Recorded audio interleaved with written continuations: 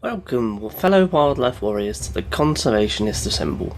I am your host, Captain Conservation, and I'm recruiting you to join me as we take the fight to our planet's biggest villain and my arch nemesis, extinction. Each week I will be teaming up with one of Earth's mightiest heroes to form the greatest collection of animal advocates ever known. We will be discussing the superpowers and abilities of our planet's epic species. Prepare for battle as we encounter extinction's armies that threaten our global biodiversity. Rally with the heroes featured on the Conservationists Assemble to discover and unite allies on the front lines of conservation. Tune in and listen to our heroes' origin stories and find inspiration on how to create one of your own for a better planet. This week's episode is all about the eastern black rhino, and I've teamed up with Dr. Mark Pilgrim from Werribee Open Range Zoo in Australia, who has the intel required to brief all you new recruits on what it is going to take to defeat extinction. Will you join the fight? Mark, it's an honour to be teaming up with you to fight against extinction today. How are you? Hi, Johnny. Yeah, really good, thank you. I'm glad to hear you're doing well, and I'm looking forward to getting into it and informing our recruits on the battleground that is eastern black rhino conservation, including your origin story. So to start off then, Mark, could you please tell us about the eastern black rhino? Sure. So, look, eastern black rhino are incredibly special. Firstly, they are famously critically endangered, and of the eastern black rhino, there's only about 1,000 left on the planet. So a really special, critically endangered animal close to the brink of extinction.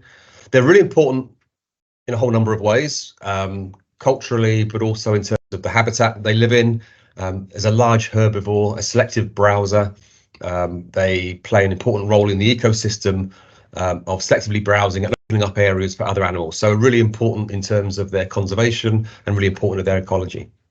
That's great, thank you. And could you just elaborate a bit more on the role they play in their wider ecosystem? So they're ecosystem engineers. As a large herbivore, as they move through areas, selectively browsing, they're opening up pathways, they're creating wallows for themselves, other animals use, like frogs and birds. And so actually, like lots of large animals, they're really important because they actually change the whole habitat they live in and create more habitats for other animals. So really important in the ecosystem. So you've mentioned that the eastern black rhino is critically endangered, but what is the population trend for the eastern black rhino? There are other black rhino in South Africa and in Namibia also. So the eastern black rhino is the most endangered subspecies, and its population is growing. Actually, it's grown since the 1980s, when it got down to just under 400. So the late 1980s, we're down to 400, which is absolutely right on the very brink of extinction. And today there's around 1,000 in those countries. So 1,000 eastern black rhino and about 6,500 black rhino in general. So yeah, so on the increase, but still a tiny population. It's great to hear that their numbers are increasing, but yeah, not out of the woods yet. So where are the threats to the eastern black rhino coming from? So unlike most animals where the primary threat is habitat destruction and loss of habitat and places to live, that is some of the case for black rhino, but overwhelmingly the issue has been poaching for their horns. So actually, in terms of the conservation that's done for black rhino, there's no shortage of good habitat for black rhino. It's just they've been hunted out, poached out, hunted out for their horn. So that really is the number one issue. And we can see from population trends from free living rhinos that once you can get on top of poaching, and that's much easier to say than do, it's actually really difficult to do it. But if you can control the poaching, then population numbers start to pick up quite quickly. So with that population increasing in the wild, what, if any, government aid is in place to ensure progress for the eastern black rhino? So I've been fortunate to be involved in a couple of groups that involve the national governments of countries that have eastern black rhino. So the majority of eastern black rhino are in Kenya. There's a population also in Tanzania and in Rwanda. And all of these countries have a regional or national action plan for black rhino, and put a lot of funding and effort into anti-poaching and protection. So I think actually, there's there's a lot of government efforts going in to progress conservation of eastern black rhino across East Africa. It's constantly a challenge, and it's big money involved in the poaching of black rhino and rhinos in general. So actually mitigating against that threat is huge, but the governments are certainly committed. So yeah, we've touched on the government involvement in eastern black rhino conservation. Now I'd like to talk about the zoo role in conservation. So firstly, could you tell us a bit more about the function and purpose of the eastern black rhino EEP, please? Sure. So the EEP is basically an endangered species program within European zoos, and there's been black rhino in European zoos before the time of the major poaching crisis in the late 80s. So there's been a reasonable population in Europe. There's currently around 90 eastern black rhino in European zoos as part of a cooperative breeding program called the EEP. So if you think that 90 animals is almost a tenth of the global population, it's a really important population. It becomes more important because genetically, many of those animals in Europe actually were exported from Africa prior to that crash in populations in the 1980s, and therefore they contain genes that almost certainly no longer occur in free-living rhinos in Africa. So actually, it's a really important program within Europe. I have the privilege of coordinating it, and it relies on, like all cooperative programs, the cooperation of all the holders, where we basically have a very sophisticated stud book system, an animal management system, computer program that allows me to see which animals are related to which, look at the whole pedigrees, and work out the best pairings for the most genetic fit for all of the animals that we put together. So we're actually looking at genetic management based on their kinship, and we can do that and grow the population within European zoos. And so actually as a conservation tool, it's becoming really important because we're now producing rhinos, as I say, who contain genes that no longer occur in Africa. So actually, as genetically supplementing African populations is becoming really important. Aside from the breeding program, what other ways are zoos contributing or collaborating with in situ programs? Yeah, so a whole number of zoos across the world actually who hold rhinos are part of funding all sorts of organizations. And again, it's back to that. Most of the funding goes into anti-poaching patrols, making sure that poaching's all the things that needed to mitigate poaching, and it can be anything from the guys on the ground and having tents and boots and that sort of equipment, right through to having helicopters and very sophisticated guidance programs. So yeah, a whole number of zoos are supporting different national parks across East Africa to help support their anti-poaching patrols and their anti-poaching programs. So we've talked about the three main benefactors in eastern black rhino conservation.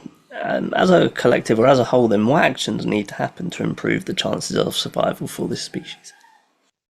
So I think it's reached a stage now where there's two things. And again, the number one thing is to maintain and to decrease the amount of poaching, and that's the critical part of this, so that actually the populations get a chance to recover. Because once we get that level of breeding goes above the level of poaching, then we start to see the populations increase. But the second part of it now is that because the populations got so small, and it's not one big population, so although there's 1,000 black rhino, these are in separate little national parks around, and some very, very big national parks, but small populations in national parks across East Africa. And so the second thing that needs to happen is that genetic management of rhinos from one park to another, because those small populations are not sustainable. They will become genetically inbred. And so the selection of and moving animals from one national park to another is going to be crucial to keep the genetics of the wild population healthy in exactly the same way that we do within zoos. And how can everyone get involved in the conservation of eastern black rhino, even if they aren't in government, in situ, or in zoos? Yeah, I think that probably the best way to get involved, if you really are passionate about black rhino, is to support one of the specialist rhino charities. There's there's a couple. The International Rhino Foundation, for example, or Save the Rhino International are both really good charities who do an amazing work raising money to protect rhinos all around the world. So I think you would visit those websites and support them in financially support them in a small way if you can. And with those organizations, and also, of course, the zoos who are also doing rhino conservation work, you'll get some feedback onto where your money's going, how it's being spent, and what's happening with rhino populations around the world. So I would say, I mean, it is around fundraising because, again, anti-poaching patrol and conservation of rhinos in Africa is expensive. But if you really want to get involved, then raise some money and help support those organizations who are protecting rhino. Have you got any fun facts or wow moments from your time around eastern black rhinos?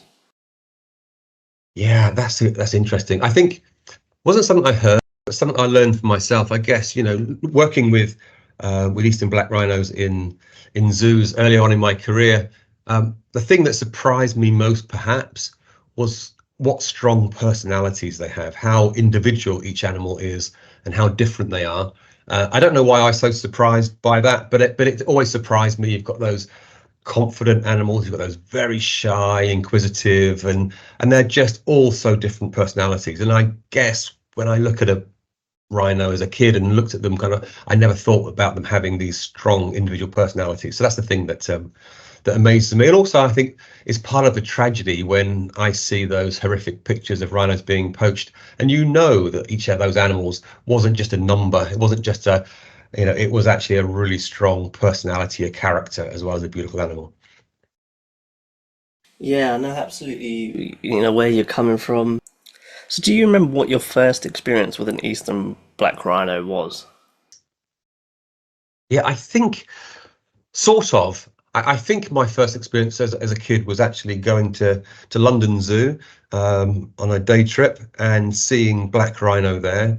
And I think my attraction to rhino has always been because I love dinosaurs. As a kid, like many kids, really like dinosaurs, and somehow there was something very Triceratops-like about a rhino stomping around the paddock. And so I can remember that first kind of like looking at these animals with that huge, great horn on their face and how heavy it looked, and just looking at these animals and just being, yeah, I can remember feeling like, wow, that's something really incredible to see, and it's still alive, right? These are not extinct animals, thank goodness. They're still, and they're just incredible. So yeah, I think that's probably my first experience. And then fast forward to actually working with them. Do you have any kind of fun, light-hearted stories from your time around eastern black rhinos? I've been really lucky. I've had a chance to spend time with black rhino in zoos and in the wild, and maybe a story that wasn't funny at the time, but now perhaps is funnier afterwards. Is I was spent some time in Tanzania, in Mkomazi, with the anti-poaching patrol rangers, tracking black rhino on foot, and we'd been tracking most of the day, and we hadn't come across any black rhino, and at one point there's like me and the other rangers, and they said, oh, we think we can hear one ahead. There's the sound of a bit of snorting noise going on, so just be aware that if it's a certain male, he's likely to charge us, and we're on foot, of course, but it's okay, because what you need to do is, if you hear it coming, just look for the nearest tree and climb the nearest tree. And that seemed like perfectly good advice, of course. And then we walked on another hour or so, and then we heard a definite snort and a roar of a rhino in the bush. And of course, when I looked around, there are no trees, and there's like these little tiny skinny trees. They've got these huge great thorns on them, and so the advice seemed obvious. And I remember all the rangers just thinking it was hilarious that there I was looking around desperately trying to find a tree to climb, that wasn't possible. So they just ran, and I just followed them, actually. So they thought that was really funny at the time, and I now think it was probably funny afterwards. But yeah, at the time it really wasn't funny, looking for a suitable tree to climb and hide in, as this thing came out of the bushes. But yeah, I survived. So, Mark, you've given us a really lovely insight into the current situation with rhinos, both in zoos and in the wild. Thank you for that. We're now going to switch track and just dive deeper into your origin story. So, could you just give us an insight of your background and the journey to where you are in your career so far? Yeah, so I I've always loved animals from very very young. I think from a very young age, and always wanted to work with animals. But I grew up in a big city. Grew up in Portsmouth in England, big military city, where nobody really that I knew or family connections had animals or worked with animals, and so I never really knew what a career working with animals was like. And to cut a long story short, I went to university later in life. I didn't do it straight after school, and studied zoology and decided that I really wanted to work with animals and work in the zoo world. And then I was very fortunate. Once I got my degree, I actually applied to a number of zoos around the world, and I got accepted as a trainee bird keeper at Chester Zoo in 1988. And I loved it. I loved being there, and it was very different to the zoo world today. But that got me started, and I guess kind of like many people, I've been very lucky as I progressed to a stage where I perhaps wanted to move on. Then I was able to get a promotion and move up, and I was very privileged to be at Chester for 33 years and the CEO for the last 10 years of that, which was incredible, and I loved that time. And after that, I went to become a consultant for a year. I needed a new challenge in my life, and I enjoyed. Again, I worked in East Africa, which was fantastic, and I love East Africa very much. But I missed the whole vibe of being in zoos and the people side of it, and the all the banter and all of the usual stuff. And so when an opportunity came to apply to become the director at Werribee Zoo in Australia, it just seemed like exactly the perfect challenge that I wanted. So, and I've always had a huge admiration for the work that Zoos Victoria does in terms of conservation of local species. I don't think there's any zoo in the world that can compete with the amount of local conservation work that goes on here. It's just quite incredible. So yeah, I'm just absolutely delighted to be here, and hopefully playing a role in the great work that they do. Yeah, so throughout your career, having started on birds and becoming EP coordinator for rhinos, working with the range of species that you are in Australia, has there been an individual kind of species or individual animal that you've gained an attachment to? Species are probably two. I mean, black rhino are very special to me, for a whole number of reasons. My history with them, and I spent so much time working around them and the conservation of them. But also, a whole another story, and I won't go into it now, but I did my PhD on a beautiful little parrot that lives in Ecuador, and I spent a lot of time, a huge chunk of my life researching and studying that also critically endangered species. So yeah, black rhino and Ecuadorian Amazon parrot. And would you say that there's a favourite part of your role? I love my role, first of all. I love what I do. I'm very fortunate and feel real privileged to do what I do. I guess there's a number of things that I get huge pleasure from. One is just being around animals, although I spend more time in the office than I'd like to, but being around animals still gives me enormous pleasure. But actually, as I get older, actually just seeing people who I've worked with developing and moving on their careers, and seeing people develop. So people who were, interns of mine many years ago, seeing them now being directors of organisations and doing great conservation work is something that makes you incredibly proud. So very fortunate to be able to look back and see people that I'd like to think I played a little bit of influence on, who are now doing wonderful things in the conservation world. That's always gives me great pleasure. Is there one lesson that you'd say that animals have taught you? I think one of the things it's easy to say but really hard to do in life is that being present in the moment. And it's something that animals do naturally, and people are constantly thinking about what happened yesterday and what they're going to be doing later or tomorrow. So I think there's that whole thing around just being present in the moment, that the most important time is now, and just to appreciate what you're doing at that moment in time. So I try very hard to just, whatever I'm doing, just be appreciative of the present, rather than constantly planning or looking back at how things used to be. So I think that's what animals teach us, really, is they really live in the present, and we can get completely lost in the past and the future. So yeah, just trying to be in the present, be aware of what's going on in the present and actually just enjoy being in the present rather than looking forward to something else that's happening later. So, Mark, who were the influences on you in your career? Yeah, so many. Like lots of people. Lots of people influenced me. I mean, I've got to say, of course, my parents. So, my mum was a massive animal lover and kind of like always had dogs and kind of was just completely animal nuts. And my dad had been in the Royal Navy and just filled me with stories of travel to exotic places and wonderful things that he'd seen. So I guess that mixture of animals and travel and just, filled me with a real sense of wanting to see as much of the world as I possibly could. So they were enormous influence, and just in a whole other ways, of course, as parents always are.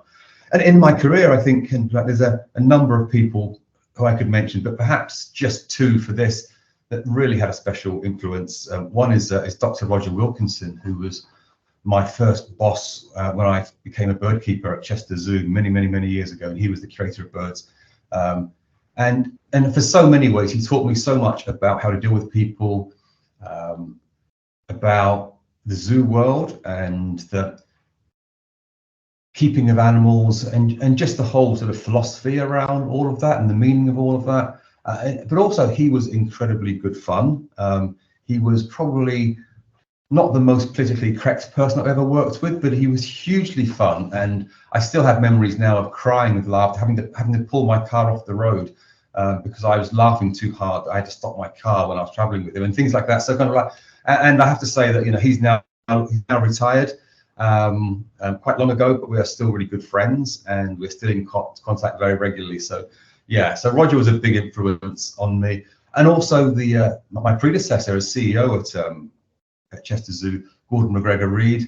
His leadership style was a big influence on me. He's a real academic thinker, and the way that he approached things in a calm and methodical and scientific way was always very impressive.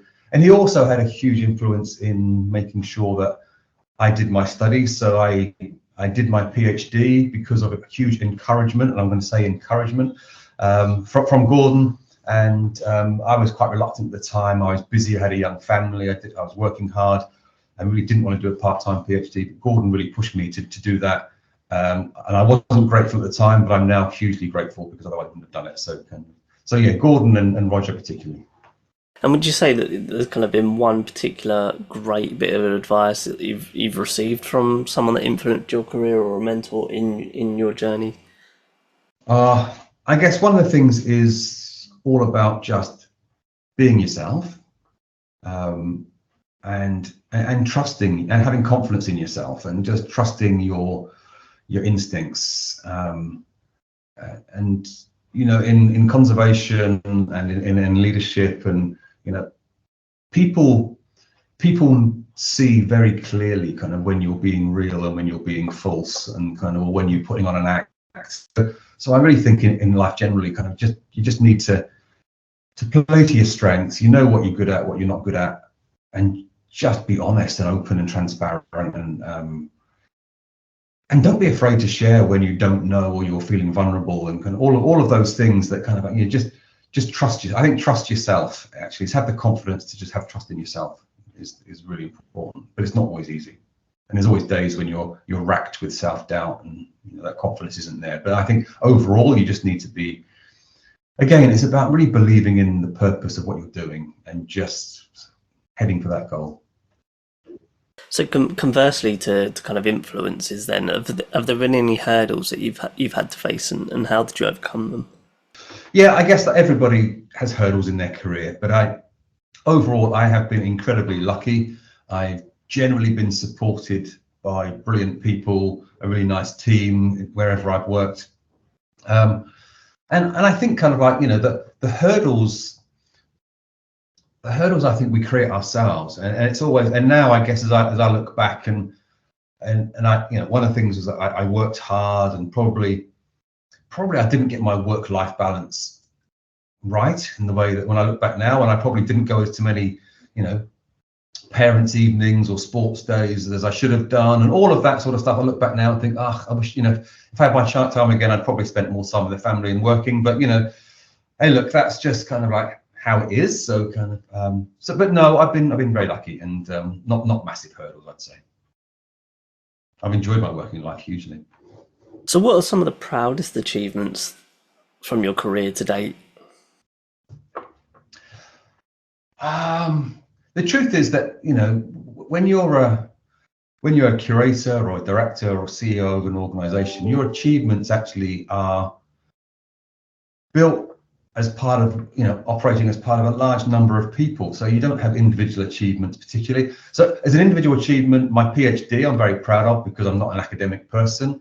And so I had to really work hard and knuckle down and grind that out, and it really wasn't easy for me. It didn't come easy to me to do that. So that on a personal level. But in terms of things like, you know, I'd like to think that I had a huge influence on the development of Chester Zoo, and particularly the Islands project. And I played a part in that, but I played part of that as part of a big team. And so, you know, always it's with a whole lot of other people. And actually, you know, what's my greatest achievement? I always like to say, well, I'm not sure I've done it yet. You know, perhaps the best is still yet to come. And I'm now working with an incredible team of people who are incredibly skillful and supportive here at Zoos Victoria, which I just love so much. So yeah, so maybe my greatest achievement is yet to come. Yeah, certainly can see why that would be something that gives you enjoyment or satisfaction. What else then would you like to achieve in your career?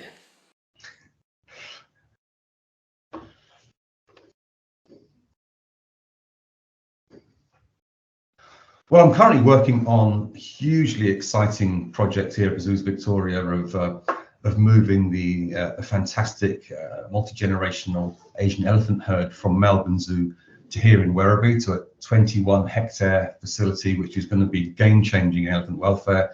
It's just an incredible project. We're kind of right in the middle of the nitty-gritty of it right now, being built. So I guess right now I can't think past actually delivering that successfully, on time, on budget, and having a really successful transfer of the elephants here and the keeping staff. That's a big move for them too, and getting everything settled in. So the next 12 months, there's a lot to do in making all of that happen. And I'm hugely excited by all of that. And beyond that, I've always wanted just to make make more difference in terms of fighting extinction, the biodiversity loss. So again, one of the reasons I came to Zoos Victoria was because I'm just blown away by the incredible work they do with what we call our fighting extinction species, really saving species here in Victoria from the brink of extinction. So the more I can get involved and the more I can play a part in that, the better. But at the moment, the big focus is the elephant project right now. So we've looked forward to what you might like to achieve in the future. Going right back then, what surprised you when you first started your career in zookeeping? Yeah, I think when you start a career in zookeeping, I think you probably, I had perhaps a slightly romantic idea of what you did as a zookeeper, and actually you very quickly learn within the first few months that actually it's not all glamorous. Some of it's actually pretty grotty, and it's hard work, and it's cold and miserable, particularly doing it in the UK. And you know, but somehow it's hugely rewarding. So I think, you know, at the time, in the late 80s, early 90s, when I started my zookeeping career, a lot of people started and were gone within 6 months because it didn't suit them. And so you had to realize that actually there were huge rewards, but it came at a cost, and it wasn't, you know, it wasn't by far the best paid roles in the world. You know, kind of, I think things have moved on. In those days, you know, I remember being at a time when none of the zookeepers could afford to run a car, for example, or, you know, so but actually it was also hugely rewarding, and kind of we were working with people who were hugely passionate and shared the same passions that you did, and kind of, right, so that was always great. But the biggest surprise, I guess, was that I got through the first 3 years and survived it, and kind of and carried on, I guess, because yeah, although it was great fun, it wasn't always easy. And thinking about paying it forward, what advice would you give for someone who's looking to start a career in this industry? Do it would be the biggest advice. Hey, and it's tough, and I get asked this question quite a lot, because it's so many people want to get into, I guess people just want to make a difference, and we're seeing more and more people who just want to do something that they feel is really valuable, not just to them, but valuable on a bigger scale. And so having appointed and kind of been part of recruiting of a lot of young conservationists, I guess the best advice I can give is to do things that make you stand out from the rest. So, and that may be just putting yourself out there, volunteering, doing stuff, getting yourself known. And for me, who's somebody who was as a youngster particularly shy and very introverted, I really had to make an effort to put myself out there and do presentations, which I absolutely dreaded and I hated doing. But you sometimes have to put yourself out of your comfort zone and put yourself out there. And yeah, so I think it's about making yourself stand out from the crowd, because a lot of people want to do it, and that doesn't mean by just being. I think it just means by just working hard and communicating well, and being prepared to make sacrifices. If you want to go and volunteer somewhere, you might have to go and volunteer somewhere, and you may have to sort of like sleep in your car, or all those sorts of things that kind of people have to do to get themselves started. It's not always easy, but yeah, just make yourself stand out in some way, in the way that you work, and make lots of connections. Keep talking to people.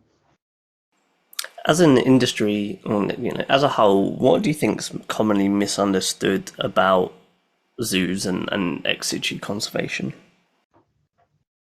Yeah, I think it's really important to understand that actually there are good zoos and bad zoos.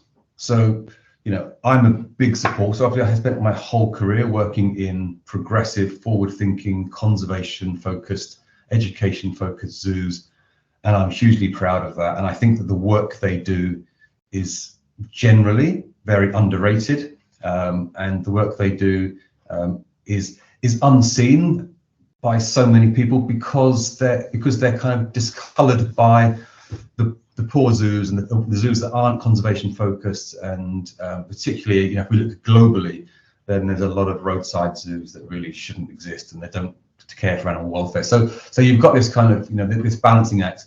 So I think that anybody who says I don't like zoos doesn't make sense to me, because there's such a spectrum. It's a bit like saying I don't like restaurants, right? There's like there's some fantastic restaurants out there. There's some dreadful ones. So you can't just lump everything together as one.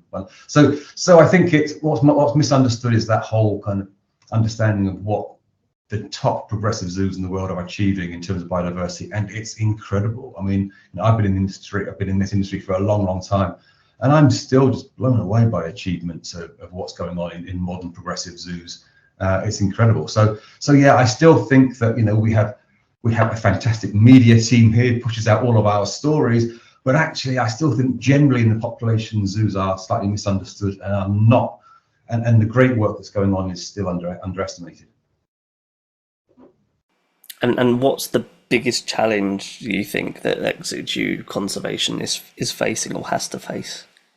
The biggest challenge facing conservation is I think getting enough people to care. And that might sound strange. There's lots of pressures obviously on species. We know all of the issues of habitat loss and poaching, or whatever it may be, human encroachment. But actually all of that comes down to having enough people who care to make a difference. And so actually that's one of the reasons that education, and I don't mean formal education, but just having people come to a zoo and just be inspired by the things that they see and just gain a liking for animals. Actually, it's really not so deep and meaningful. It's just a case of coming in and saying, wow, there's some amazing things that we share our planet with, and just getting that love of animals.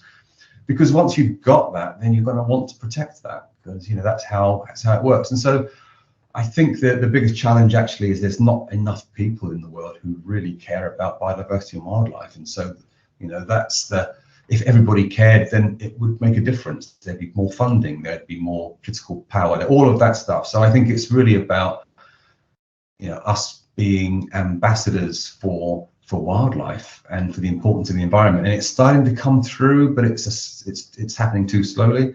And yeah, so for me, the biggest issue is that there's still not enough people who care, or at least not enough people who care enough to do something. What do you consider to be an important trait for someone who's looking to work in conservation? Resilience, I think, is probably the most important trait, because it's tough, because it is, it is a difficult task. It sometimes feels like you're constantly swimming against the tide. And yeah, so I think actually you have to be tough, and you have to be resilient, and you have to be absolutely single-minded on what you're trying to achieve, and just keep pursuing that goal. So you just have to keep there's always going to be setbacks in every conservation program, in every project. We get completely absorbed by all of the challenges and issues, politics, and the issues that come up with. But actually, you just need to cut through all of that. Remember why you're doing it, and just be, as I say, just absolutely single-minded on the purpose of what you're doing. What gives you motivation? Lots of things give me motivation, actually. I'm motivated by the purpose. I'm motivated by the greater purpose of the organisation that I work for. So for Zoos Victoria, that is fighting extinction. That motivates me hugely. But I'm also motivated on a smaller level by the people that I work with. I enjoy being around the team that I work with and the people that I work with. And I love being in the zoo, and I love being surrounded by the people who are here. I mean, I took a year out and did consultancy for a while, which in many ways was great. I had the freedom to come and go as I pleased, and all of those things. But I was kind of pretty much working on my own, and I just realised it didn't suit me. I love although I'm quite introverted, I just love being around people, and I get sort of fired up by other people's enthusiasm. And so, yeah. So what motivates me is, of course, the greater cause, but also just being around people who inspire you. And yeah, we've talked about people that have been involved in your career, people whose career that you've been involved in. What kind of networking methods work, or have you found work well for you? Yeah, so I guess kind of like, I'm somebody who really believes in face-to-face communication. So a bit of a dinosaur perhaps, and kind of right in the age of social media. But I can't help but feel that we are ultimately social primates, and so for me it was always about having face-to-face communication and putting myself out of the comfort zone. Every conference I went to, I would give a presentation, partly because I was hugely proud of the work that the organisation did. It wasn't always about promoting myself, but it was also about actually getting myself known to people, and sharing the work that I and the team were doing. And there's nothing quite like face-to-face conversations and actually giving presentations. And I still do that now, whether it's the local groups here or on a bigger global audience. But I just think you've got to take every opportunity actually to share the work that you're doing and you believe in. So kind of like social media, while I may not be the most modern social media user, but actually I can see the huge benefits of the reach that it gives you and the platform that it gives you to actually share those important thoughts and ideas that you have. So yeah, I mean, I think you just have to use every opportunity to get the message out. So Mark, thank you for detailing your origin story there. To close the episode out, we're just going to finish on some fun, light-hearted questions. So Mark, are there any dream species that you'd love to see in the wild? Yeah, so some of the species there's a number of things I'd like to see. I've been so fortunate in my career. I've been to some wonderful places and I've seen lots of wonderful species. But some of the things I haven't seen, and some of it's about actually the places they're from. So I've always loved Africa, and I love African forests. So I would love to see, for example, a carpi in the wild, and pygmy hippo. Both difficult species to see in the wild, and some part of that is seeing that species, but it's also part about being in that environment, which is tremendous. Just as species, then, and it's something that I'm planning to do actually within the next 12 months, hopefully. I'd like to see great white shark in the wild and kind of do a cage dive at some stage in South Australia. So kind of like that feels like great white sharks these days kind of feels like a movie star that you want to sort of bump into at some point, right? Something that's incredibly famous and just something that's just really awe-inspiring. And then perhaps species that I've worked with but never seen in the wild. And again, it's something like a Komodo dragon. Seeing a lizard of that size in the wild would be awe-inspiring. And yeah, that's another one that I'd like to see. And the other species I really like to see right now, because I haven't seen them in the wild yet, is a species that the Zoos Victoria is working with when they're fighting extinction species and is breeding and releasing, which is the orange-bellied parrot, which is a really important species here in Victoria that migrates across to Tasmania to breed and comes back. And we have them here. We keep them fit before their release program here, but I still haven't seen a wild one, and they're not that far away. And I've been looking lots, so hopefully not in the not too distant future, I will finally get to see a wild flying orange-bellied parrot. Yeah, all of them fantastic species. Could get on board with that, and yeah, certainly hope for you that you do get to see the orange-bellied parrot. How about places to visit then? Is there anywhere that you'd love to see?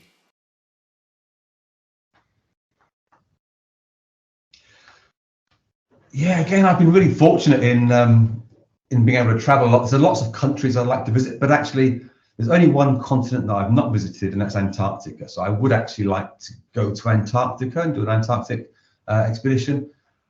Having said that, there's a bit of me that feels like, oh, actually, I really don't like being cold, but kind of like, yeah, but I've never been to Antarctica. I know a few people who have done Antarctic visits and just say it's awesome. So yeah, I have to say Antarctica. Not that I'm planning to do it right now, but sometime.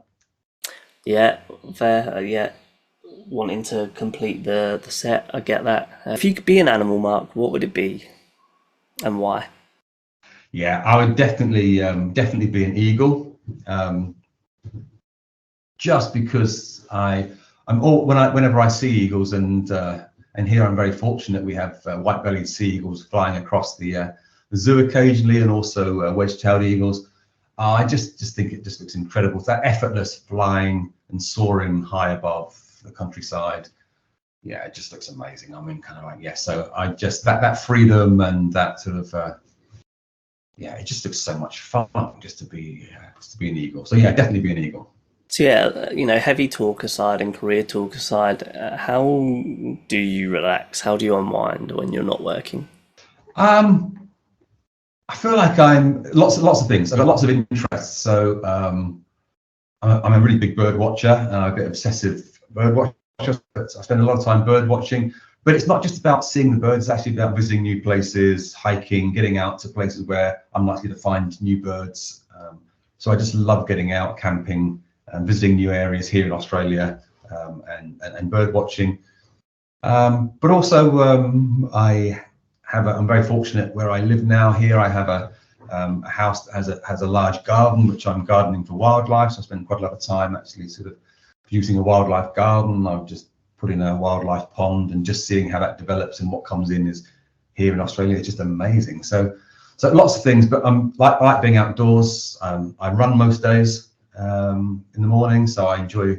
Do I enjoy running? I think I enjoy running. I do it most days, and love being outdoors, which is why it's just so fantastic to be living here in Victoria, where kind of like even in the winter when it's cold, it's usually dry, and it's such an outdoor life. So I just love it. I love being outdoors. So yeah, loads keep me busy. I also got family. I've got grown-up kids who keep me busy, and yeah, lots to do. Last question then, Mark. What, if there is just one thing, do you think our listeners should take away from this episode? Yeah, perhaps the one thing is that the world is a much better place with wildlife in it, and that includes the rhinos, of course. And just to remember that actually biodiversity loss is the biggest issue that faces the world right now. It's not all of those other political issues that are going on, but actually in the longer term, when we really zoom out, I always think that life is so precious. As far as we're aware, that life on any planet is an incredibly rare thing, and if it exists anywhere else at all, it's an extremely rare thing. So we just really need to look after what's on the planet, and there's so much more we could do just to make sure that actually biodiversity remains at the level that it is now. And again, it's back to people caring. So yeah, I think it's doing whatever it takes to protect the environment, to protect species and teach people that actually there's an enormous amount of joy and pleasure in life that comes out of sharing our planet with wildlife. With that last question, you have completed the interview. So Mark, thank you so much for teaming up with me on the Conservationists Assemble. It's been an absolute pleasure to listen to your incredible knowledge on eastern black rhino and your unwavering dedication to ensuring a future for them. You're a valuable ally in the fight against extinction. And a huge thank you to you, the Conservationists Assemble cadets, for joining the mission briefing on eastern black rhinos. If you've enjoyed this volume of the podcast and wish to join the fight, please follow the podcast and share with your family and friends to help stack the odds in conservation's favour. If you'd also rate the podcast or wanted to provide suggestions for future topics, then DM me on Instagram or email podcasthq on conservationists@outlook.com.